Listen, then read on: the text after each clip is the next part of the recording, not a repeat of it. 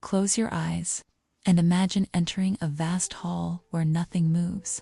No footsteps, no voices, no music. Only the breath you cannot escape.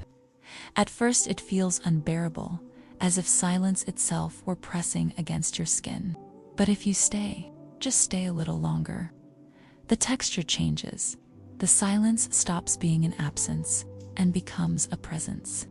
It begins to feel like a doorway, not shutting you out, but drawing you in, a portal. For thousands of years, human beings have known the secret. Monks in deserts, shamans in forests, philosophers in empty rooms. All of them left the noise of the crowd to meet the vast quiet beneath it, and they returned with visions, insights, discoveries that changed entire civilizations. Today, we bury silence under playlists. We flood our ears because we are terrified of what might emerge.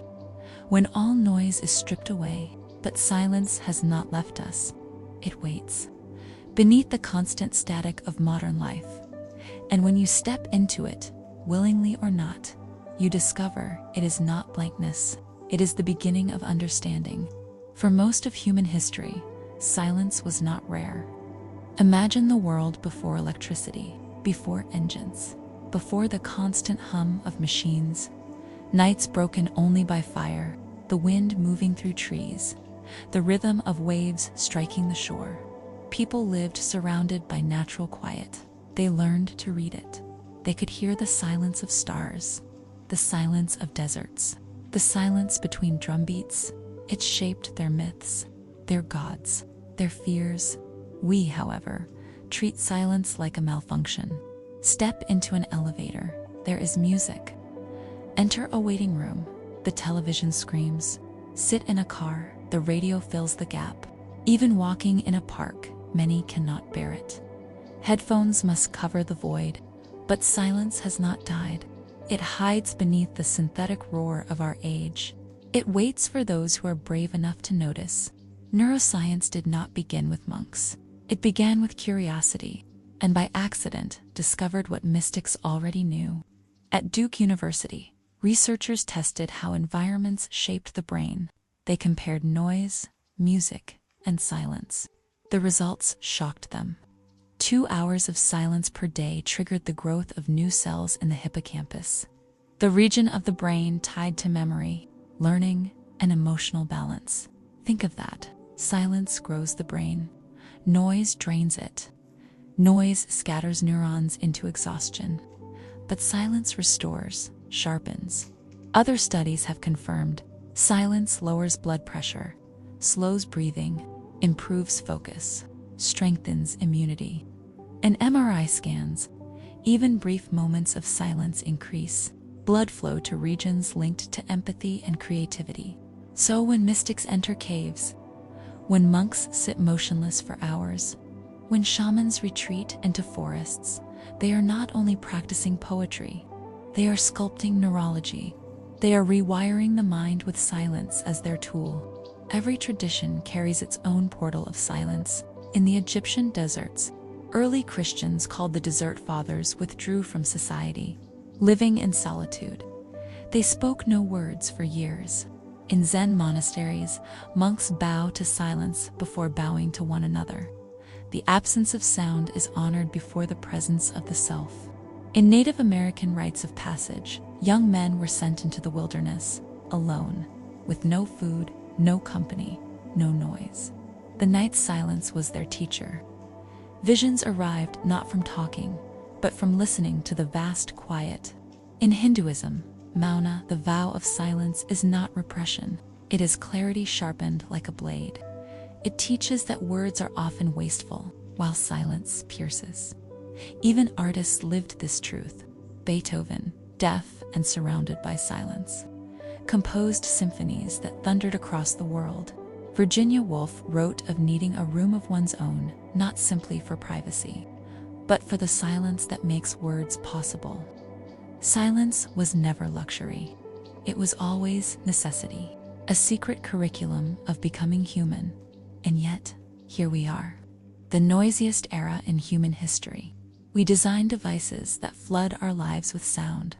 then complain of exhaustion. We pay for apps promising calm, while never daring to sit still. We speak of peace, yet drown it under notifications. Irony at its sharpest, people spend thousands on silent retreats because they no longer know how to find silence on their own. Noise is addictive. It convinces us we are alive, but it robs us of life.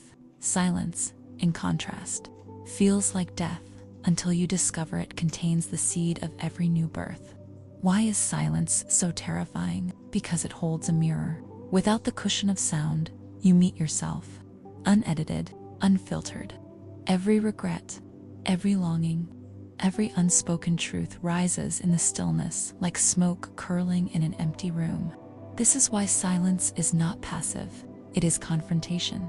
It is radical honesty. And ultimately, it is liberation. Psychologists proved this.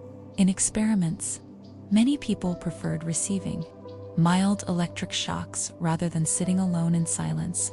That is how frightening our own thoughts can be. But those who remain even for 10 minutes return altered, calmer, clearer, more centered. Inside the brain, silence activates the default mode network. It is not idle. It is the system where the brain integrates past, present. This is why insights appear in showers, or during walks, or lying in bed. The mind, freed from constant input, it dreams awake. Breakthroughs are not forced, they emerge, and silence is the soil where they germinate. Now let us step deeper, into silence as the ground of creation. We live in an age that celebrates noise as productivity. We measure value by how much we say, how fast we respond, how many alerts flash across our screens, but creation does not emerge from excess. It emerges from stillness. Athletes call it the zone. Artists call it flow. Mystics call it union. And all of them pass through silence first. When you close your eyes, when the world fades into quiet, something shifts. Your attention condenses, intention sharpens, and your nervous system calms enough for focus to ignite. In that silence, the brain's plasticity becomes your ally. Synapses reorganize, connections fire, ideas arrive not as random sparks, but as coherent visions. This is why visionaries throughout history withdrew, not because they hated people, but because they knew creativity requires silence as soil. Neuroscience has uncovered what mystics intuited.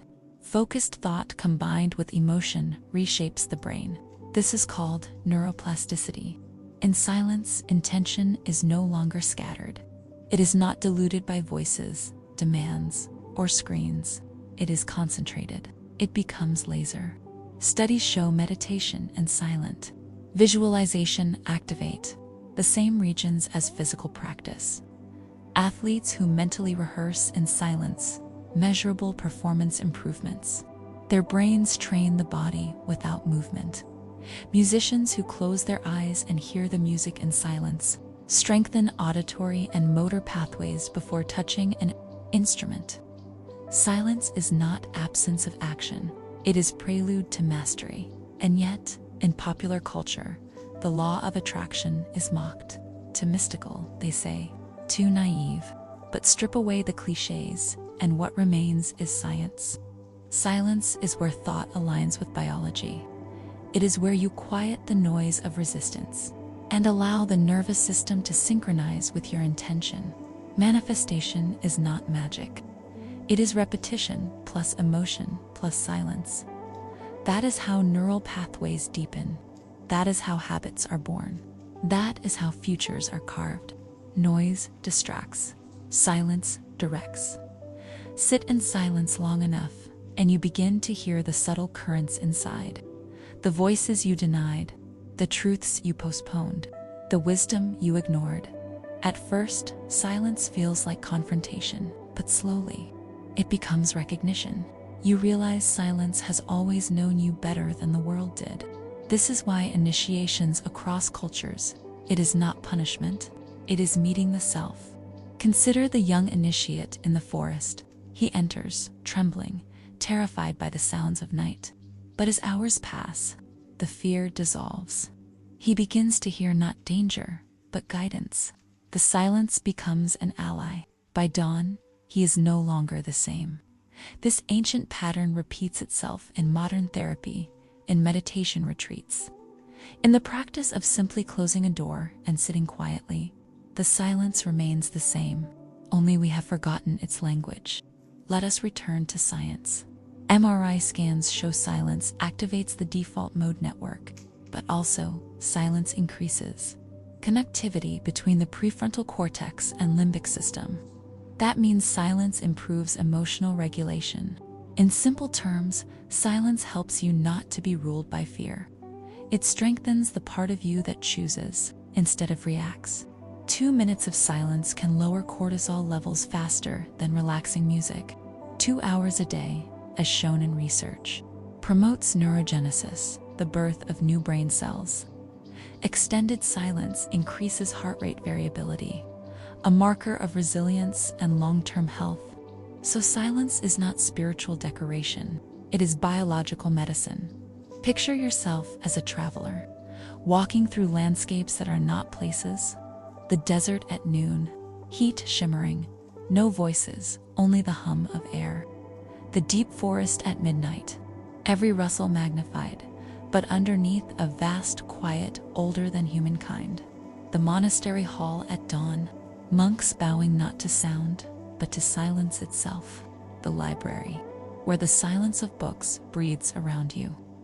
The cathedral, echoing with footsteps, swallowed by stone. The waiting room, just before news arrives, where silence is thick as fog. The silence after a loved one leaves, where absence speaks louder than presence. The silence between two heartbeats, reminding you of life's fragile rhythm. The silence before you whisper, "I love you," a pause holding the weight of eternity. And the silence of death, final, mysterious, inevitable. Each silence different, each one a portal, each one waiting for courage to enter. But silence is not only personal, it is political. In an era of constant shouting, choosing silence is rebellion. When algorithms demand noise, choosing not to post, not to speak, not to sell is sovereignty. When society forces speed, choosing to pause is power. This is why spiritual leaders often step back from microphones, not because they have nothing to say, but because they know silence says more. Silence resists manipulation. Silence cannot be bought. Silence cannot be controlled. In silence, you remember you are not owned by the market of distraction. You belong to yourself. Doctors now use silence in therapy. Mindfulness practices incorporate intentional quiet to regulate trauma. Silence slows the amygdala, the brain's fear center. It allows the nervous system to shift from fight or flight into rest and repair. For trauma survivors, silence is not emptiness, it is medicine. For those overwhelmed by anxiety, silence is not absence, it is oxygen. In hospitals, studies show patients exposed to calm environments with less noise recover faster, require fewer painkillers, and show lower stress markers. Healing accelerates when silence is present. Step outside the planet for a moment. Imagine space. The stars burn with ferocity, galaxies collide, yet space itself is silent. The universe is a cathedral of quiet. This cosmic silence does not mean emptiness. It means scale. It means awe. It means that beneath all explosions of sound and light, silence holds everything together. Perhaps this is why silence feels like truth. It is the background fabric of existence. It is the canvas on which all sound is painted. Consider the painter, sitting before a blank canvas. The writer, staring at the page. The composer, with an instrument waiting in hand. What do they all face? Silence. It is in silence that imagination breathes. Without it, ideas collapse under the weight of noise. Every creation begins as a quiet. The first note is born out of the pause. The first word rises from stillness. The first stroke of paint waits for the moment when silence feels unbearable. This is why so many artists seek solitude. Not because they hate company, but because they need the silence in which inspiration journeys. Silence is the womb of creativity, and yet we try to escape it. We fill the blank with chatter. We rush to replace stillness with activity. We mistake noise for life. Irony again. The more we flood ourselves with input, the less we create, because creation requires emptiness. A vessel that is not already overflowing. Noise drowns originality. Silence gives it breath. Silence is not only for the self, it is also for the bond between people. Think of the most intimate moments in your life. Not the words spoken, but the silences shared. The silence of holding someone's hand. The silence after a kiss. The silence of sitting side by side, not needing to speak. Real connection is measured not by how much we say, but by how deeply we can share silence without fear. Couples who can be quiet together without anxiety, without rushing to fill the space, carry a strength that endless words cannot provide. Silence reveals whether love is real or merely distraction. How then can you begin? Not by escaping life, but by carving silence into it. Begin with 5 minutes a day. Turn off every device. Sit. Listen. At first it will itch. Thoughts will scream. Your body will rebel, but stay, then extend it. 10 minutes, 1 hour. Protect that hour as if it were sacred, because it is. Walk without headphones. Drive without radio.